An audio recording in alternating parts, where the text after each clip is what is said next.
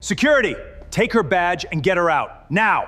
Before you do that, check your last deal. Marcus, Northstar just pulled the $420 million deal.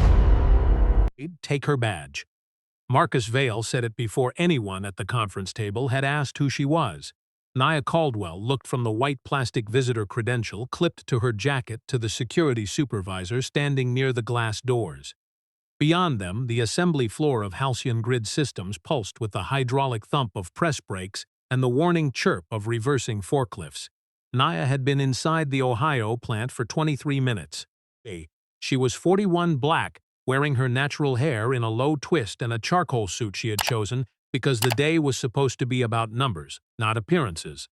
Under the investment agreement signed 14 months earlier, she had the right to attend the company's final diligence review as an observer for Meridian Harbor Partners. Marcus did not ask to see the agreement. "This meeting is restricted to transaction principles," he said. "We are already behind." Nia kept one hand on the blue inspection folder in front of her. "I am a transaction principal." Across the table, Elise Warner, Halcyon's deputy general counsel, stopped arranging her notes.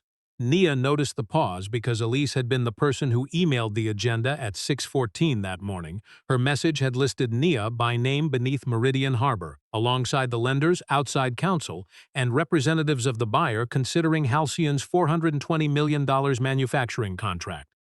Glanced at Nia's credential again. Meridian sent someone from portfolio operations? No. Consulting? No. He exhaled through his nose, already irritated by answers he had not bothered to verify. "Then we can resolve this in the hallway." The security supervisor shifted his weight but did not reach for the badge. Nia opened the folder. On top was the diligence agenda, followed by a copy of the observer rights schedule. She slid neither toward Marcus. She had learned years earlier, during a failed investment in a hospital supplier, that handing someone the document too quickly sometimes gave them permission to act as though reading it were a favor. "My name is on your attendance list," she said, "and Section 7.3 gives Meridian access to any meeting concerning a transaction that changes control, senior debt, or commitments above $50 million. Marcus looked at Elise instead of Nia. "Is that your understanding?" The question landed differently because Elise had already heard Nia answer it. Elise glanced at the folder. "I'd need to check the executed side letter." Nia turned toward her. "You sent me the executed side letter last Thursday." A faint flush rose along Elise's neck. Marcus pushed his chair back. Behind him, a wall monitor displayed Halcyon's liquidity forecast. 3 red bars marked the next 90 days. The company had enough cash to keep its 2 plants running through the quarter if suppliers stayed patient. Everyone in the room knew the proposed $420 million contract with Northstar Municipal Power was no ordinary sales win. Its advance payment would unlock a new credit line, reassure vendors, and keep Halcyon from entering a restructuring process the board had spent 6 months trying to avoid. Had come because Meridian owned 11% of Halcyon and had already refused to approve another emergency equity infusion without clearer reporting on the Northstar bid. Marcus knew Meridian's position. What he apparently did not know was who had delivered it. "I'm not debating governance documents in front of people who haven't been cleared," he said. Nia almost laughed, though nothing about the moment was funny. On the factory floor below, a coil feeder snapped into rhythm, metal advancing in measured increments.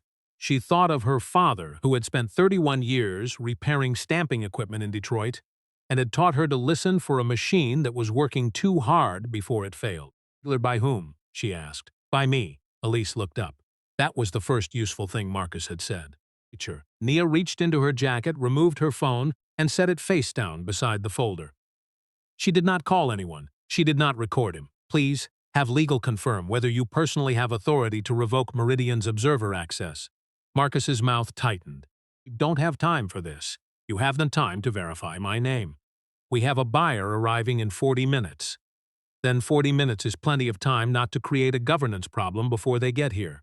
The security supervisor coughed into his fist. He stared at the table. Marcus pointed toward the doors. "Disable the badge until legal sorts it out. She can wait downstairs." The supervisor finally moved.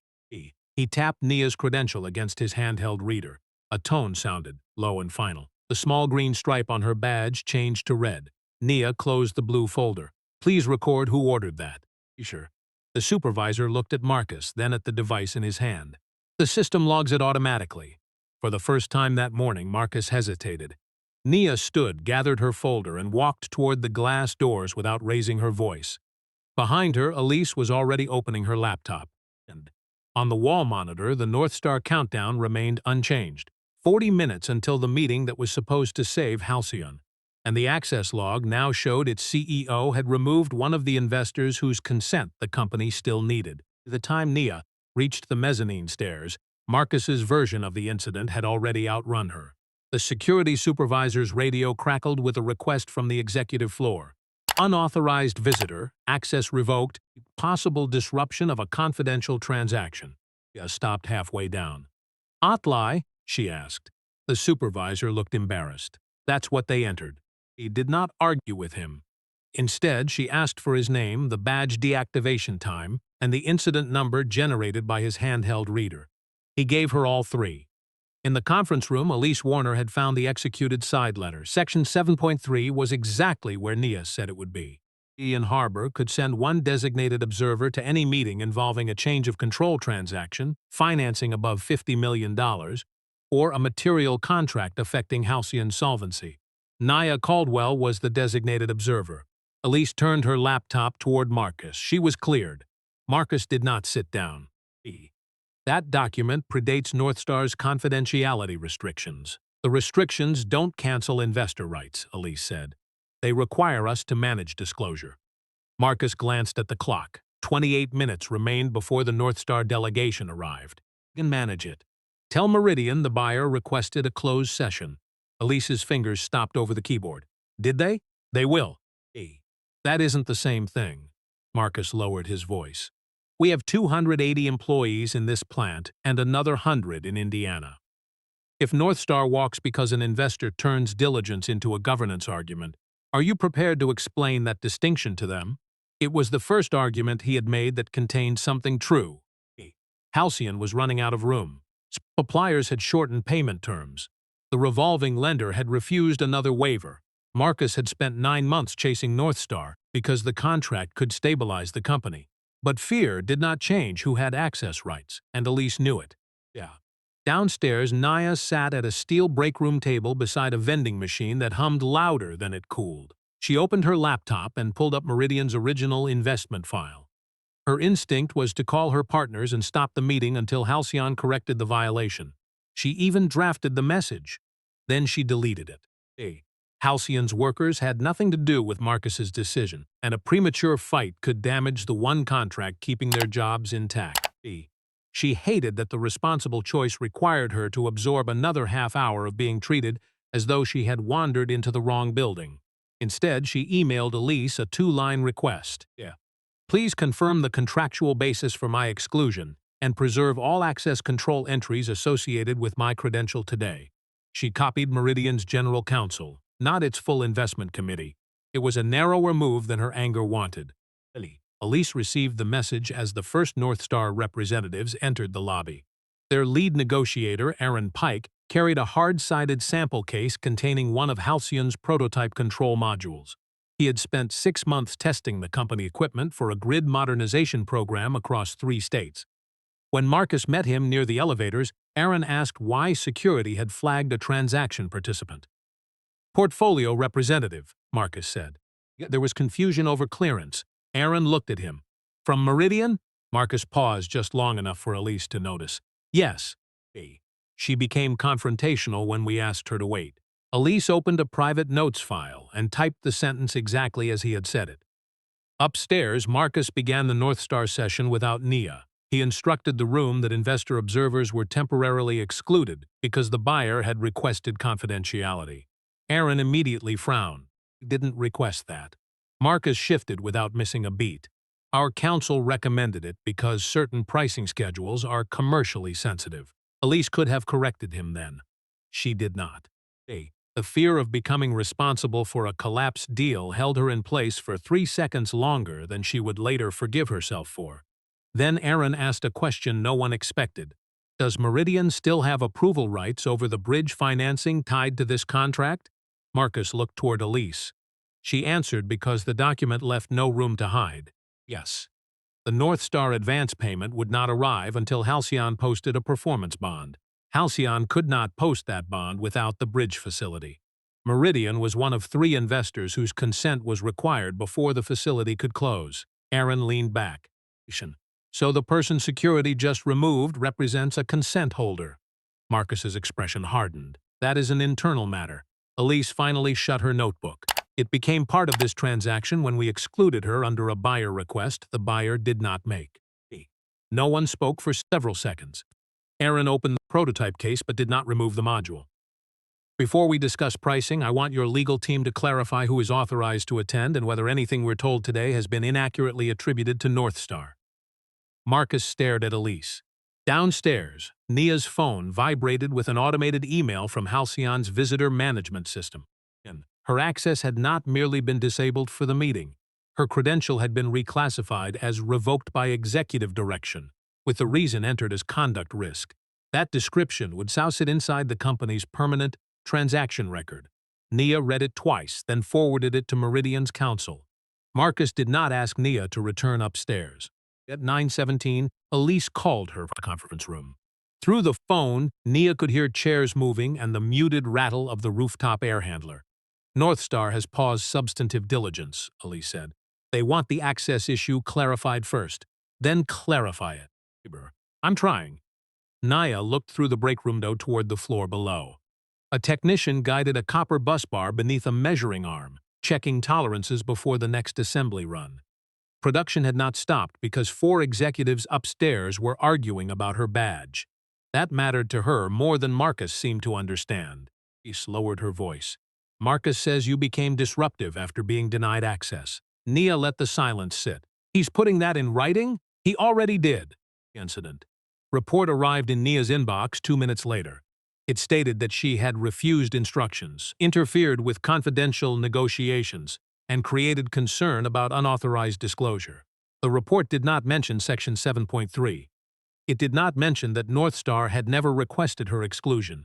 It described her removal as a temporary safety and confidentiality measure. Nia read the last sentence twice. Her father used to say a bad machine told you what was wrong if you listened before someone started replacing parts. Marcus was no longer improvising. He was building a version of events that could survive after everyone forgot the room. She called Elise back. Who can edit this report? Security Administration and Executive Operations, can you see revision history? A pause. Yes. Preserve it. Nia, if I issue a legal hold on an internal visitor incident while North Star is sitting upstairs, Marcus will know. He should. That could turn this into a board matter today. It became a board matter when he used an executive control to interfere with an investor right. Nia heard Elise breathe out. You make that sound easy. It isn't. That was the part Nia almost admitted she had misjudged. She had assumed Elise would correct Marcus immediately because the documents were obvious.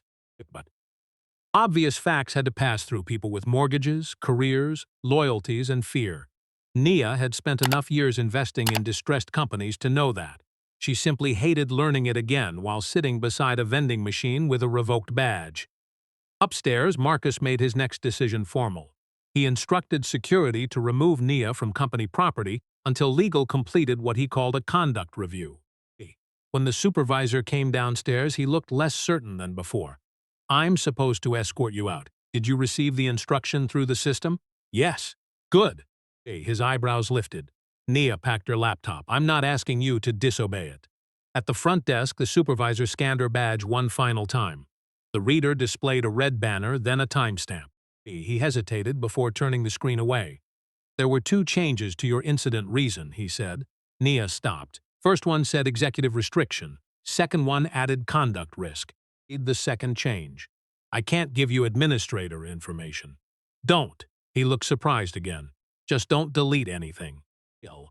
Outside, August heat rose from the employee parking lot in waves. Nia reached her rental car before anger caught up with her. She put both hands on the steering wheel and sat without starting the engine. Meridian's investment committee was scheduled to vote that afternoon on the bridge, financing Halcyon needed for North Star's performance bond. If she recommended withholding consent now, Marcus would say she had threatened a rescue transaction because her feelings were hurt. For 10 hard seconds, she wanted to do exactly that. Instead, she called Meridian's general counsel. "I want a formal reservation of rights," she said. "No financing decision yet. And I want preservation of Halcyon's visitor system audit trail, the incident report revisions, and all communications attributing my removal to North Star." Sir, that choice cost her something immediate. Her partners would now have to delay their internal vote, and one of them had already warned that another Halcyon dispute could jeopardize Meridian's own fundraising schedule. But the alternative was allowing Marcus's version to become the only version inside the file. At 9:41, Elise received Meridian's preservation notice. Marcus received it 30 seconds later. He read the first page, set it beside his laptop, and told the North Star delegation they could proceed without the investor observer while counsel handled the dispute separately. Aaron Pike closed the prototype case. "No," he said, "we can't." For the first time that morning, the problem was no longer whether Nia Caldwell could enter Marcus Vale's conference room. It was whether North Star could trust what came out of it. At 10:06, Aaron Pike called Nia from the conference room. She was still in the rental car, parked beneath a maple tree at the far edge of Halcyon's lot. The air conditioning clicked against the heat, struggling to cool the steering wheel. "North Star wants you back in the diligence session," Aaron said. "You is fine if security won't restore access." Nia looked at the plant through the windshield. "Has Halcyon corrected the incident report?" A pause. "I don't know." "Then I'm not rejoining yet." Aaron sounded surprised. "We're trying to keep a $420 million contract alive. So am I." "Then help me understand." Nia rubbed the small ridge in the leather where her thumb had been resting. "If I walk back into that meeting while their system says I was removed for conduct risk, Marcus gets to argue later that the problem was resolved informally. I need the record corrected, or at least formally disputed, before everyone starts behaving as though this morning never happened." Aaron did not agree, but he understood the distinction. "I'll tell legal." When she called Meridian, her managing partner was less patient. The firm had spent 14 months trying to stabilize Halcyon, and Meridian itself was preparing to raise a new fund. A public collapse would not stay neatly inside one portfolio company. "You have the buyer asking for you," he told her. "Take the win and get back in the room." "It isn't a win, it is access, with a misconduct label still attached to my name." Nia, she knew that tone. He used it when he believed she had moved from protecting a principal to defending a wound. Sometimes he was wrong, sometimes he was not.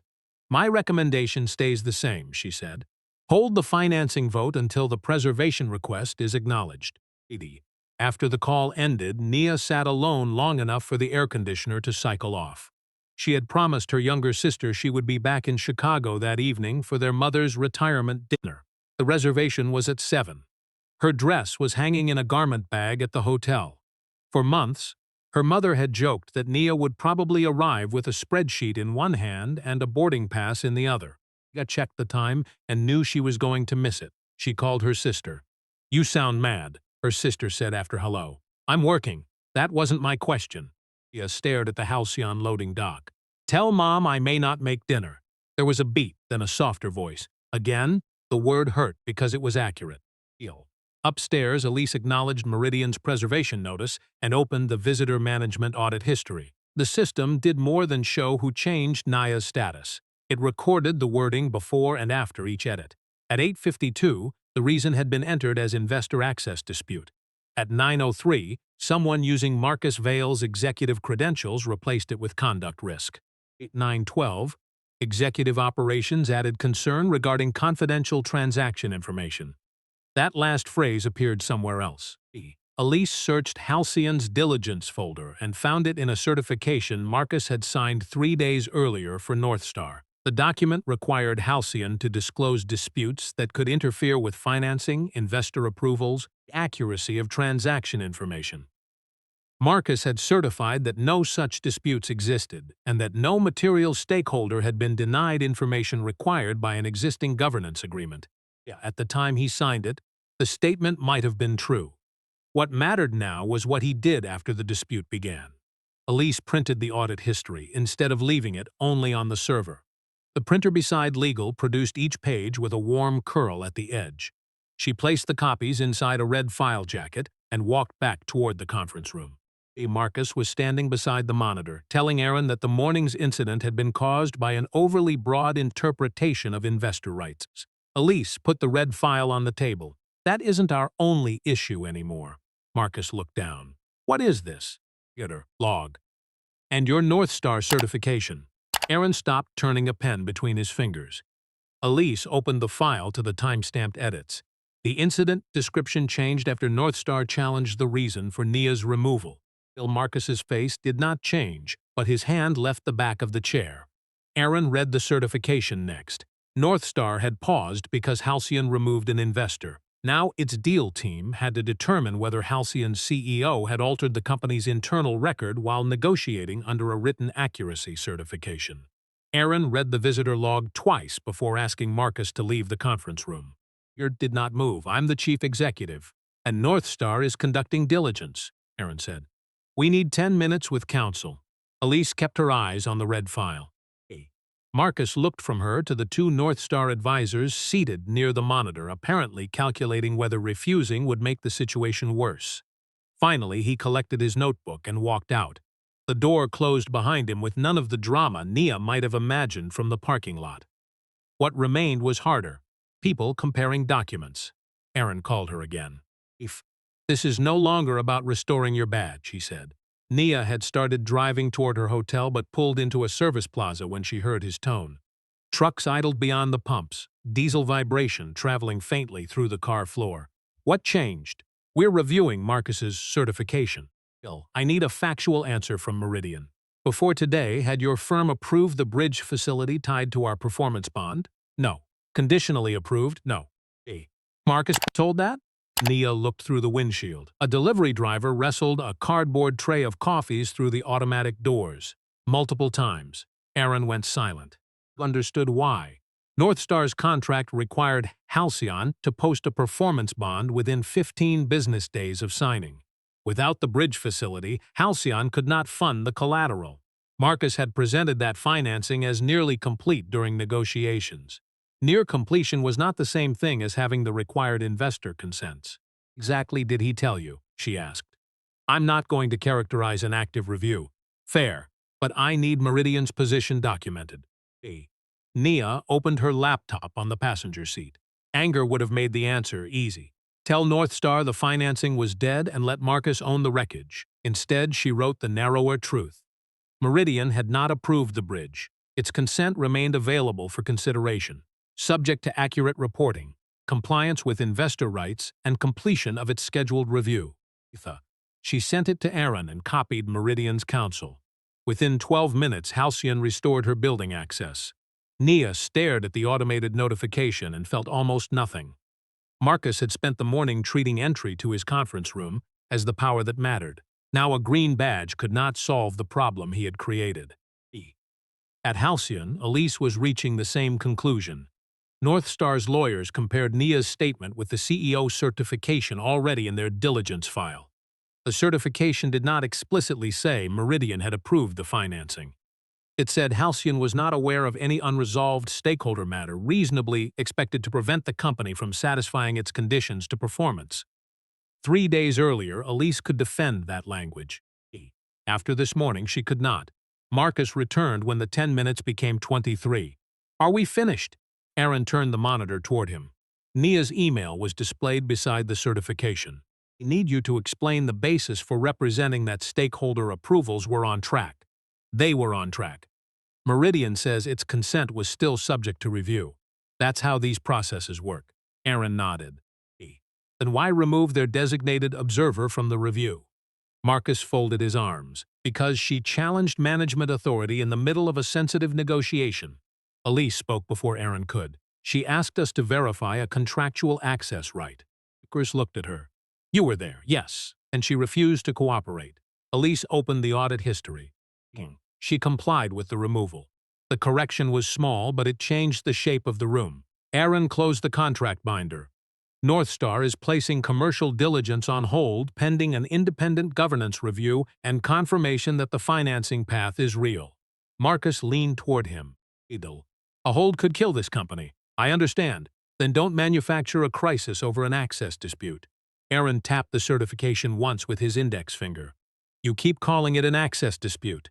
Here, reviewing whether management created an inaccurate record after excluding a required stakeholder, then continued negotiating as though the financing behind our contract was secure. Marcus turned to Elise. Tell him that's not what happened. She did not.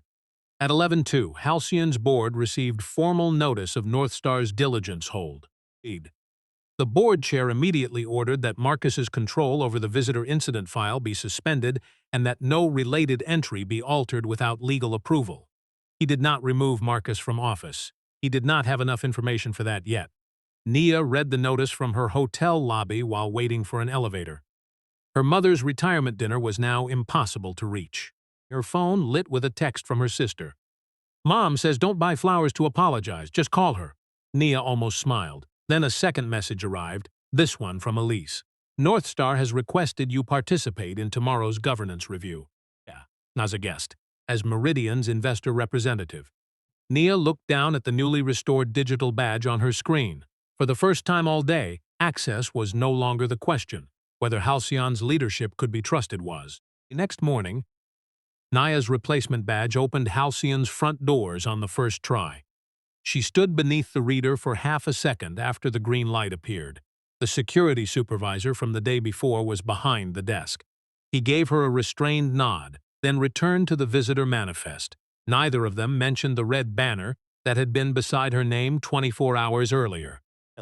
Northstar had moved its review out of the executive conference room. Aaron wanted to see whether Halcyon could actually satisfy the financing condition behind the contract, so the group met beside the Treasury office overlooking the loading bays. Trucks backed toward numbered docks below them while Halcyon's controller connected a laptop to a wall display. Marcus arrived last. The board had ordered him not to alter transaction records, but he was still CEO. Aaron skipped introductions. Show us the path from contract signature to performance bond. The controller opened Halcyon's financing workflow. Northstar's advance payment would be released only after the bond was posted. The bond provider required collateral. The bridge facility supplied that collateral. 3 investor consents were required before the bridge could fund. One line on the screen remained yellow, Meridian Harbor Partners. Marcus leaned against the counter. Consent was commercially understood. Nia looked at him. No, he did not look back. The investment committee had supported the financing in principle. Committee supported continuing negotiations. That is semantics. It is a voting requirement. Aaron raised a hand before the exchange could grow. He asked the controller to run the closing simulation exactly as it would occur if Northstar signed that afternoon. The controller swallowed, clicked through the workflow, and entered the proposed closing date. 2 lender conditions turned green. A third cleared after she uploaded the draft bond commitment. Then the system stopped. Meridian consent. Not sieved. No one had to interpret it. Marcus stepped closer to the screen. The system reflects paperwork status, not commercial agreement. Nia's managing partner joined by video from Chicago. To her surprise, he partly agreed. Gideon is still to consider consent. We should not pretend the financing is impossible. Nia turned toward the speaker. I didn't say impossible. You're asking for conditions beyond the original financing package. I'm asking for an accurate incident record and independent review of the representations made to Northstar. Her partner paused. And if those take a week, then they take a week. Marcus gave a short laugh. Here, it is. Nia felt heat move up her neck. For the first time since entering the plant, she lost some of the control she had been protecting. No, Marcus. What you're hearing is the consequence of deciding yesterday that I was easier to remove than verify. The sentence came sharper than she intended. Her partner said her name quietly. Nia looked away. She knew what he meant. Northstar needed facts, not the satisfaction of watching 2 people settle yesterday's argument. Sorry, she said. Run the test again if you need to. The consent still isn't there. Aaron did. The same yellow line stopped the transaction. Then he turned to Elise. And the visitor log? Elise placed the audit printout beside the keyboard. It proves the incident description was edited after the original entry. Does it prove why? Does it prove Marcus intended to mislead Northstar? No. Marcus straightened slightly. Elise continued. It requires context we do not yet have. It was the first time anyone had stated the limitation openly. Nia appreciated it. The audit trail was important, but it was not magic. It showed what changed and when. It could not read Marcus's mind. Aaron closed the financing simulation. Then those are separate questions. One is whether Halcyon can fund the bond. Today it cannot. The other is whether management gave us an accurate picture of why. Nia's managing partner asked what would keep Northstar at the table. Aaron answered without hesitation. Verified financing, corrected governance records, and confidence that material problems are disclosed before we discover them ourselves. That was more than an apology, and Nia knew it was the right target. She asked Elise to amend the visitor file to state that the conduct allegation was formally disputed and that the investor access right had been confirmed. She did not ask for Marcus to be fired. She asked Meridian to keep the bridge proposal alive for 48 hours while Northstar completed its review. Marcus looked almost relieved. Then Elise's phone vibrated. She read the message, frowned, and opened Halcyon's transaction data room. Independent counsel had found an earlier version of the financing status certificate, uploaded 6 days before Marcus signed the final copy. Beside Meridian's consent, someone had changed the status from pending investment committee approval to approval expected, no material condition outstanding. The document history identified who authorized the change. Elise turned the laptop toward the board chair. The board chair did not ask Marcus to explain immediately. Sandra Keene, a former manufacturing executive with 30 years of experience reading bad news from operating reports, asked the controller to project the document history on the wall. The group had moved into Halcyon's training room because the Treasury office no longer held everyone. Through the windows, workers in safety glasses crossed between assembly stations below, carrying torque tools and cable bundles, as if the company above them were not balancing on 48 hours. The first version of the financing certificate was dated 6 days earlier. Meridian's status read, pending investment committee approval. 2 days later, the wording changed to, approval expected, no material condition outstanding. The data room system recorded the edit under the controller's account. Sandra looked at her. Did you make that change? The controller swallowed. I entered it. Why? Marcus told me the financing was effectively done. Marcus leaned forward. Because that was the information I had. Nia said nothing. Aaron did the same. Sandra asked for the workflow attached to the revision rather than accepting anyone's memory. The controller opened the approval history. Her edit had been routed to Marcus for executive sign-off. At 7:42 that evening, his credentials approved the updated language. Marcus studied the screen. That proves I approved a forecast. It does not prove I fabricated anything. Nia disliked him, but the distinction was fair. Sandra turned in toward Meridian's video screen. What had your firm communicated by that date? Nia's managing partner answered. We had authorized continued documentation and diligence. No investment committee vote had occurred. Had you removed all material conditions? No. Aaron opened Northstar's copy of the certificate. Then why did Halcyon tell us none remained? And Marcus pushed away from the table. Because these deals do not operate like traffic lights. Investors signal support before paperwork catches up. Northstar knew we were assembling a financing package. True, Aaron said. We also relied on you to distinguish expected approval from approval that still depended on unresolved conditions. Marcus looked toward Nia. And what conditions supposedly existed before yesterday? That question exposed something she had not wanted to discuss in front of him. Nia opened Meridian's financing memo. Reporting accuracy was one. Governance compliance was another. But there was also a cash control condition. The controller looked up. Meridian had requested weekly vendor aging reports before releasing bridge funds. Halcyon had resisted, arguing that monthly reporting was sufficient. Nia had treated the issue as negotiable because the company was trying to preserve supplier confidence. She now realized that her decision to leave the condition unresolved verbally, instead of forcing it into the latest draft term sheet, had made Marcus's interpretation easier to defend than it should have been. Sandra asked, was that condition documented? In meeting notes and email, Nia said, not yet in the circulated term sheet. Marcus seized on it. Exactly. Nia met his eyes. That explains ambiguity around one condition. It does not turn a pending committee vote into no material condition outstanding. Sandra stopped the argument there. She asked Elise to summarize the visitor incident without conclusions. Elise described Nia's contractual access right, Marcus's removal order, the later change to conduct risk. and North Star's denial that it had requested the exclusion. Then Sandra asked what the visitor log could actually establish. Timing and edits, Elise said, not motive. And the financing history? Who entered and approved the revised language? Not what Marcus believed when he approved it. Sandra nodded. Good. We are not going to pretend software can testify. For the first time since the review began, one of the North Star lawyers almost smiled. Nia then stated Meridian's requirements if the bridge was to remain available. An independent review of the financing certification, correction of her visitor record, protection from retaliation for employees who supplied information, and a temporary requirement that material statements to North Star receive legal verification before submission. She did not ask for Marcus's removal. Aaron added North Star's condition. The company would keep the $420 million contract in suspended diligence only until 5 o'clock the next afternoon. After that, its procurement committee would be free to redirect the project to the alternate bidder. Marcus stared at him. You cannot replace 18 months of engineering work overnight.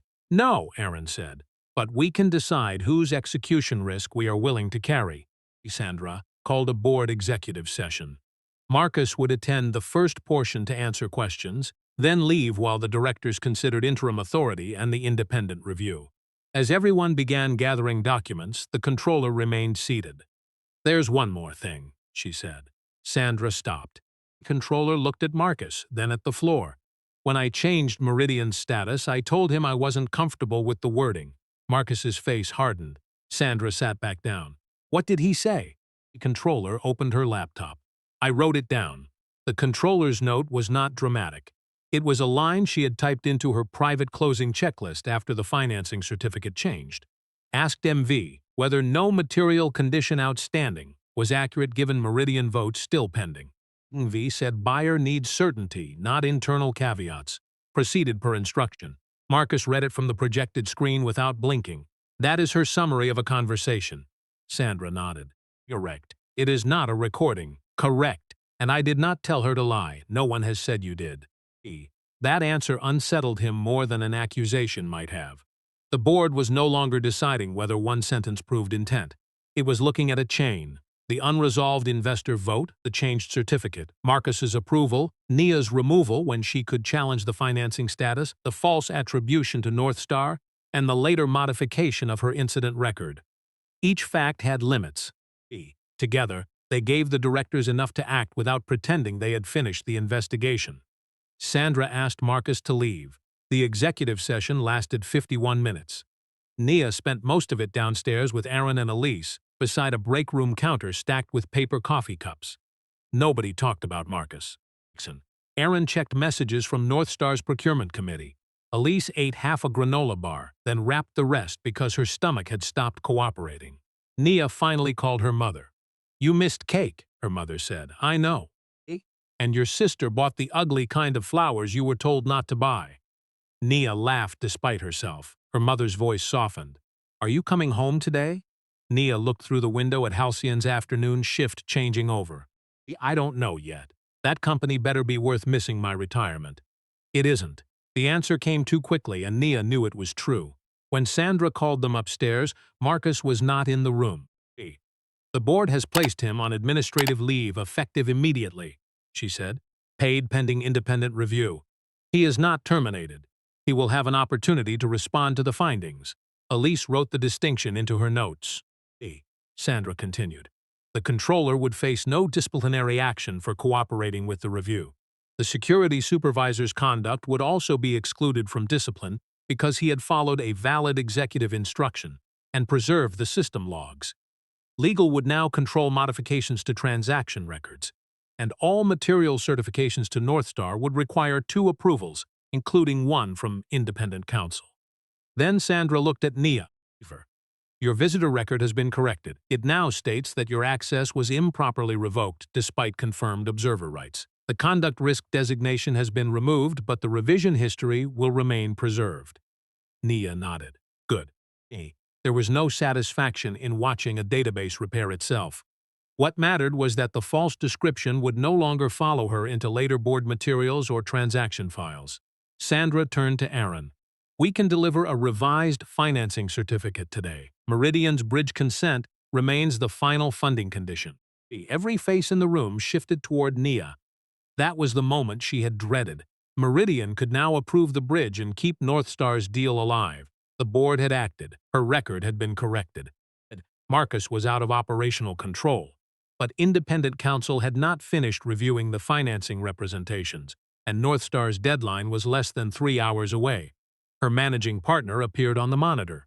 "Nia, I think we can vote." She looked at him. "On the bridge? Yes. Before the review is complete, with safeguards now in place." She knew the practical argument. If Meridian withheld consent, Halcyon might lose the contract anyway. Hundreds of workers would pay for decisions they had not made. Yet approving immediately would teach the board that governance conditions became optional whenever the commercial pressure was large enough. Nia asked for 20 minutes. She walked onto the enclosed plant walkway above final assembly. Hello. Technicians fitted control cabinets into steel frames while a test bench pulsed through diagnostic lights. The machinery did not care about executive titles. A loose connection failed the same way whether the person who approved it wore a badge, a suit, or both. When she returned, she proposed a compromise. Meridian would approve the bridge facility, but funding would be conditional on North Star keeping the contract open through completion of the independent review. If the review found intentional material misrepresentation, Meridian could suspend undrawn funds under the bridge agreement. Halcyon would also provide weekly liquidity reports for the first 90 days. Her managing partner frowned. That reporting condition was not in the circulated draft. It should have been. He studied her for a moment, then nodded. At 3:46, Meridian's investment committee approved the bridge under those conditions. At 4:08, Halcyon sent Northstar proof that the financing path was executable. For the first time in 2 days, the performance bond workflow turned entirely green. Aaron watched the screen, then closed his laptop. North Star Procurement still has to decide whether that is enough. Outside the training room, workers were replacing the old visitor access instructions at the security desk with a new escalation sheet requiring legal verification before investor rights could be overridden. It was the first visible repair, and it arrived 37 minutes before North Star's deadline. North Star did not answer at 5 o'clock. At 5:07, Aaron told Halcyon the procurement committee had extended its internal discussion, but had not extended the company's commercial deadline. The distinction mattered. Halcyon had delivered the financing proof on time. North Star was now deciding whether the repaired process outweighed what the review had uncovered about the process that came before it. Sandra kept the plant leadership team in place, but sent everyone else home. Nia stayed because Meridian's bridge approval could still be withdrawn before funding. She stood at the security desk while Elise reviewed the corrected visitor protocol with the supervisor. Investor access could no longer be revoked by a single executive instruction when contractual rights were implicated. Security would pause the credential, contact legal, and preserve the original reason code before any change. His supervisor looked at Nia. "I should have asked more questions yesterday. You asked the system. I mean, before I changed the badge, you were following the authority you had." He shook his head. "That's what bothered me later. I never checked whether the authority was being used right." Nia did not rescue him from the discomfort. "Now you know where the escalation line is." He nodded once and taped the new protocol beside the reader. Upstairs, independent counsel completed the first stage of its review. The conclusion was narrower than the rumors already spreading through Halcyon. Counsel did not find enough evidence to say Marcus had knowingly fabricated Meridian's financing status when the certificate was first revised. But it did find that he had approved language more certain than the underlying facts. He failed to disclose the unresolved investor conditions clearly, falsely attributed Nia's exclusion to North Star, and changed the incident description after the dispute began. Sandra called Marcus on speaker with counsel present. He argued that every decision had been made to preserve the North Star transaction. He said he believed Meridian would approve the bridge, that Nia's challenge had threatened the timetable, and that he had tightened the visitor record because he feared confidential information leaving the building. Counsel asked whether North Star had requested Nia's removal. Marcus was silent for several seconds. "No, did you tell people they had?" "I summarized the situation badly." He looked at Nia, then back at the table. Counsel asked whether Naya had refused to leave. No. Did she threaten disclosure? No. The answers did not erase ambiguity around the financing certificate. They did remove it from the removal itself. Sandra ended the call and convened the board remotely. Marcus's administrative leave became a suspension pending the final employment review, and he was removed from all authority over Northstar, financing certifications, and security operations. The board appointed Sandra interim executive chair for the transaction. It did not announce a termination because the investigation was not complete. At 6:12, Northstar finally responded. Aaron entered the training room carrying the same hard-sided prototype case he had brought the previous morning. He set it on the table but did not open it. The procurement committee voted, and Nia felt the muscles across her shoulders tighten. Aaron looked first at Sandra. Northstar will not execute the $420 million contract with Halcyon under the current award. No one spoke. Sandra asked the question that mattered. Is the procurement closed? Not entirely. The committee is reopening final selection between Halcyon and the alternate supplier. Halcyon may submit a corrected bid package under interim governance, but the exclusive award is gone. The difference was brutal. Halcyon had not lost every chance at Northstar's business, but it had lost the deal that management had spent months calling effectively secured. Nia looked through the glass toward the assembly floor. The night shift was beginning. Workers were checking torque settings, scanning parts, moving cabinets toward test stations. None of them knew that the contract counted on to stabilize the company had just been stripped back to a competition. Sandra closed her eyes briefly, then reopened them. We tell employees tomorrow morning. No spin, Nia said. Sandra looked at her. Tell them the award was lost because Northstar lost confidence in management's transaction controls. Tell them we still have a chance to rebid. Don't blame the investor dispute. Don't blame procurement. Sandra nodded. Agreed. He slid the old red visitor file toward Nia. Inside was the original incident report, now marked superseded but preserved. You can keep a copy. Nia shook her head. Leave it in the file. It mattered because it existed, not because she carried it. Downstairs, the security supervisor tested the new escalation procedure with a dummy investor badge. The reader flashed yellow instead of red. Review required. For the first time, the system had been changed to create a pause before obedience became harm. 12 days later, Northstar awarded the $420 million grid contract to the alternate supplier. Halcyon received the notice at 8:03 on a Monday morning. Northstar's procurement committee credited the company's engineering work and the corrective controls installed after the incident, but concluded that Halcyon could not demonstrate sufficient management reliability for a program scheduled to run across 5 years. The rebid had given the company a fair second chance. It had not erased the risk Northstar had already seen. Meridian's bridge facility never funded. Its approval had been conditioned on Northstar keeping Halcyon's contract alive through the governance review, and that condition was now gone. Nia did not have authority to shut Halcyon down, nor did she try. Meridian joined the other investors in providing a smaller 60-day restructuring facility that could be used only for payroll, critical suppliers, and an orderly sale process. The money would not save the old business plan. It would stop employees from becoming collateral damage while the board found a buyer for the viable divisions. The final independent report arrived 3 days later. It found no proof that Marcus had invented Meridian's financing condition from nothing. It did find that he repeatedly presented unresolved approval as substantially settled, approved language that omitted material uncertainty, falsely attributed Nia's exclusion to Northstar, and altered the visitor incident description after his decision was challenged. The board terminated him for cause under his employment agreement. The decision came after counsel completed the review, not from Nia, Northstar, or a single angry phone call. Elise remained with Halcyon through the restructuring.